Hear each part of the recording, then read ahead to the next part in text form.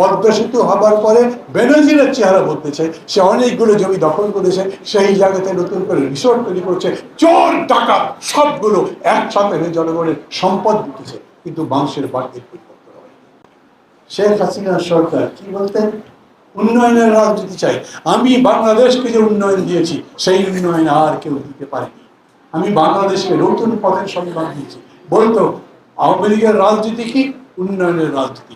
এবং সেই উন্নয়নের নামে এক পদ্মা সেতু বানাতে গিয়ে কত বছরের পর বছর ধরে প্রোপাগান্ডা করা হয়েছে যে বিশ্বের ইতিহাসে আমরা একটা নতুন ধরনের জিনিস তৈরি করেছি।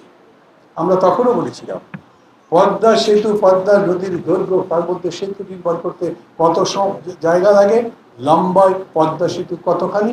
6 কিলোমিটার। 6 কিলোমিটারে এই ব্রিজ নির্মাণ করতে ব্যয় কত হয়েছে তারা বলছে? অন্তত পক্ষে 40,000 কোটি টাকা। আর আমাদের পাশে আছে